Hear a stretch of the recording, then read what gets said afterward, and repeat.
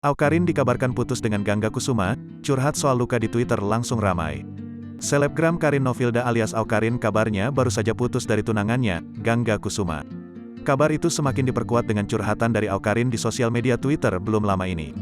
"Saya minta maaf jika saya telah mengecewakan semua orang," ujar Awkarin dikutip tribunnews.com, tanggal 13 Februari tahun 2022.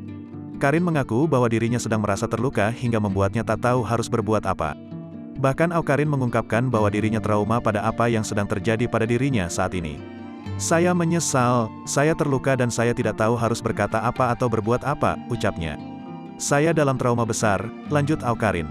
Karena tweetnya itu, banyak warganet yang akhirnya berspekulasi bahwa Awkarin benar putus dengan Gangga.